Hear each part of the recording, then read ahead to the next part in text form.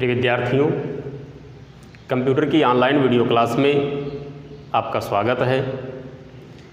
आप में सीखने की उत्कंठा को देखते हुए हमने कंप्यूटर की व्यवहारिक एवं सामान्य जानकारी को लेकर आपके बीच में प्रस्तुत हुए हैं। हम अपनी पिछली क्लास में आपको कंप्यूटर स्टार्ट करना एवं कीबोर्ड की कुछ सामान्य बटनों का प्रयोग हमने आपको टाइपिंग के लिए बताया था।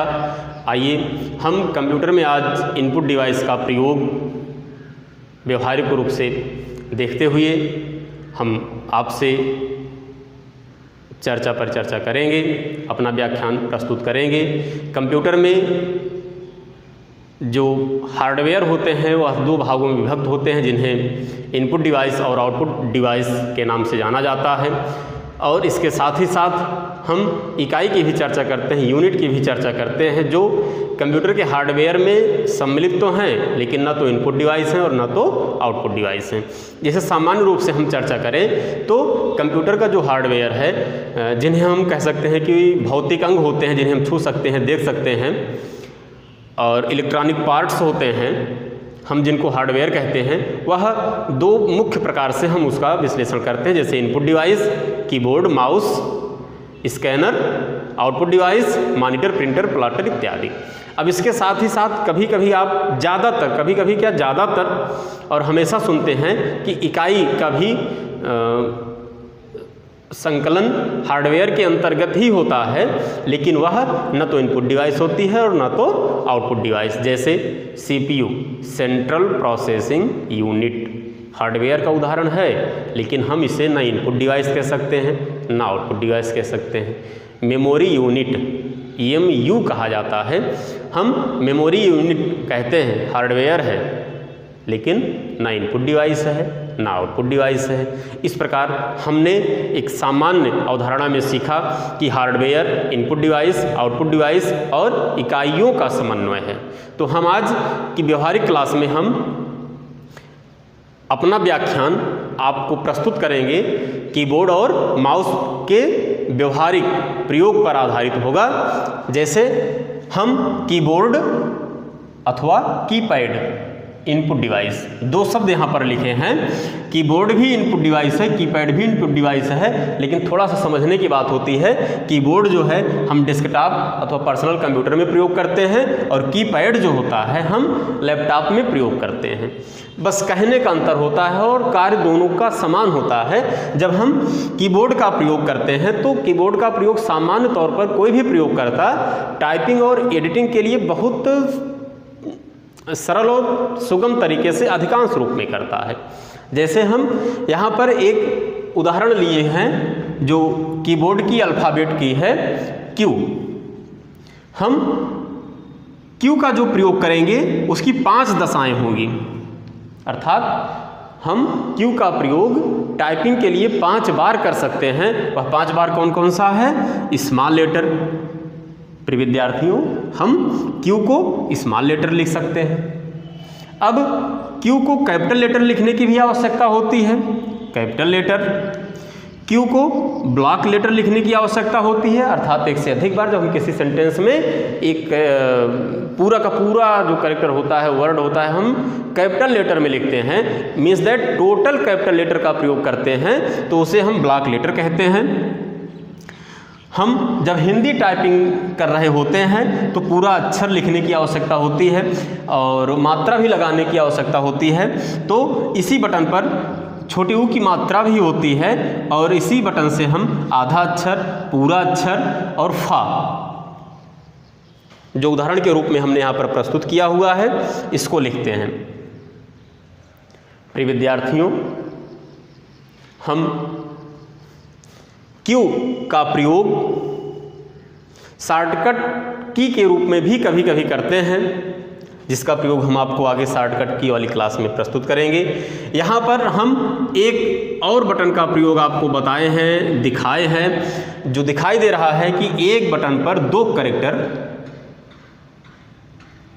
मुद्रित होते हैं और इनको जो है टाइप करना होता है, तो दोनों तो एक साथ टाइप होंगे नहीं, अलग अलग बारी बारी टाइप होंगे, जिनके लिए एक कुछ सामान्य नियम होता है। जैसे जब हमें केवल 2 लिखना होगा तो हम केवल इस बटन को दबा देंगे तो 2 स्क्रीन पर दिखने लगेगा, टाइप हो गया है।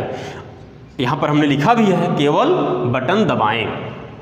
अब हमें @ टाइप करना है, ऊपर के कैरेक्टर को टाइप करना है, तो उसके लिए हम शिफ्ट के साथ इसी बटन को दबाएंगे तो @ टाइप हो जाएगा। अर्थात ऊपर के कैरेक्टर को टाइप करने के लिए @ का टाइप करने के लिए हम शिफ्ट बटन का प्रयोग करते हैं इसके साथ, और केवल 2 टाइप करने के लिए हम उसी बटन को सिंपल प्रेस कर देते हैं। आइए विद्यार्थियों, फिर यहाँ पर 5 दशाओं पर चलते हैं। जब हमें स्मॉल लेटर लिखना होता है तो हम केवल इस बटन को सिंपली प्रेस कर देते हैं तो स्मॉल लेटर लिख उठता है। लेकिन जब कैपिटल लेटर को लिखना होता है तो हम शिफ्ट बटन के साथ इसी बटन का प्रयोग करते हैं, क्यू बटन का प्रयोग करते हैं, तो कैपिटल लेटर में टाइप होकर स्क्रीन पर दिखने लगता है। ब्लॉक लेटर के लिए हमें जो है शिफ्ट बटन का प्रयोग नहीं करना होता है, क्योंकि ब्लॉक लेटर एक से अधिक बार कैरेक्टर को लिखने के लिए आवश्यकता होती है, जो कैपिटल लेटर में ही होता है। अर्थात लगातार कैपिटल लेटर में हमें लिखना होता है, जिसे ब्लॉक लेटर कहा जाता है। उसके लिए हम क्या करते हैं, कैप्स लॉक की बटन को दबा देते हैं और कीबोर्ड में दाहिनी तरफ एक बटन बनी होती है जो ग्रीन कलर में ऑन हो जाती है, उसी को कहा जाता है कैप्स लॉक ऑन। जब कैप्स लॉक ऑन हो जाता है, कैप्स लॉक ऑन हो जाने पर हम जितना भी कैरेक्टर लिखेंगे सब कैपिटल लेटर में ही टाइप होकर स्क्रीन पर दिखेगा। इसके साथ ही साथ हम हिंदी में पूरा अक्षर, आधा अक्षर, मात्रा, इन सब का प्रयोग करते हैं। तो जब हमें पूरा अक्षर लिखना होता है तो हम सिंपली उस बटन को दबा देते हैं, पूरा अक्षर लिख उठता है। और आधा अक्षर लिखने के लिए, मात्रा लगाने के लिए कभी कभी शिफ्ट का प्रयोग करते हैं। आधा अक्षर लिखने के लिए तो प्रायः शिफ्ट का ही प्रयोग किया जाता है। हम इसी श्रृंखला में माउस और टच पैड से आपका परिचय करवाएंगे। यह इनपुट डिवाइस है, इसे माउस भी कहा जाता है। हम जब माउस की बात करते हैं तो प्रारंभ में जैसे हमने बात किया था कीबोर्ड की, वैसे इसके लिए भी है। जब माउस का प्रयोग हम करते हैं, माउस कहते हैं, तो इसका अभिप्राय होता है कि हम उसका प्रयोग डेस्कटॉप में कर रहे हैं। और जब टच पैड का प्रयोग करते हैं, कहते हैं, तो इसका मतलब है हम उसका प्रयोग लैपटॉप में कर रहे हैं।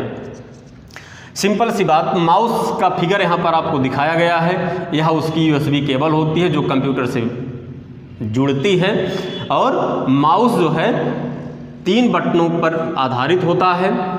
इसकी संरचना 3 बटनों से बनी होती है। एक लेफ्ट बटन, दूसरी राइट बटन और तीसरी स्क्रॉल बटन।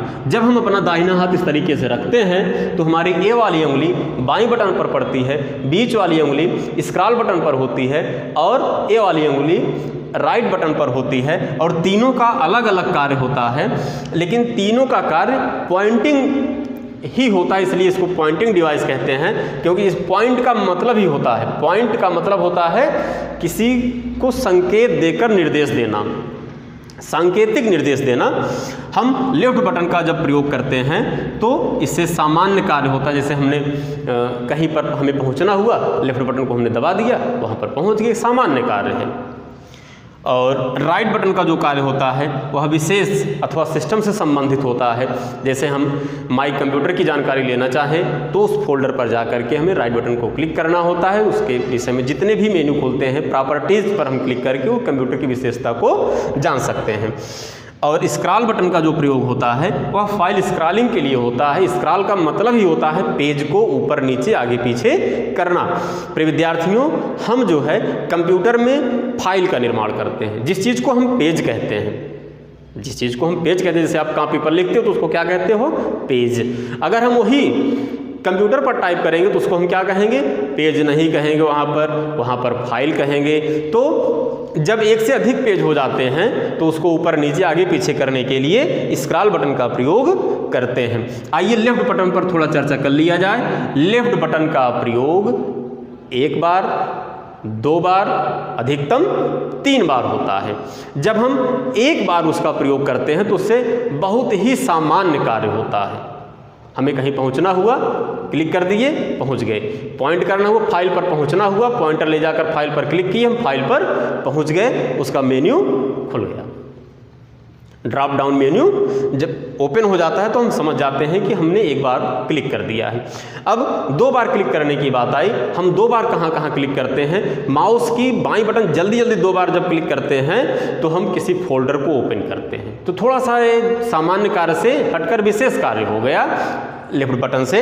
और तीसरी बार जब हम क्लिक करते हैं, माउस की बटन को इसे जल्दी लेफ्ट बटन को 3 बार इसे क्लिक कर देते हैं। जब 3 बार क्लिक कर देते हैं तो हमारा जो ब्लिंकिंग कर्सर है, जो टेक्स्ट कर्सर है, उसके सीधे में जो लाइन है वह सिलेक्ट हो जाती है।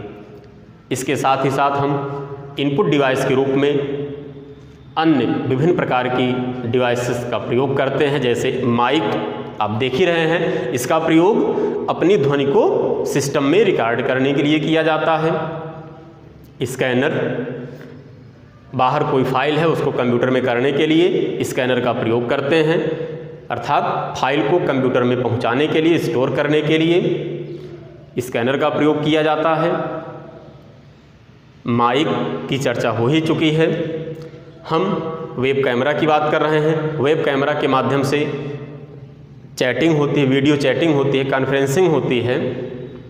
तो इस प्रकार से हम सामान्य रूप से अपने स्तर पर व्यवहारिक कार्य करने के लिए हमने आज की क्लास में सीखा कीबोर्ड, माउस, स्कैनर, माइक और वेब कैम। हम अगली क्लास में फिर उपलब्ध होंगे कंप्यूटर की सामान्य जानकारी को लेकर। तब तक आप अपनी जानकारियों को बढ़ाते रहें और सीखते रहें।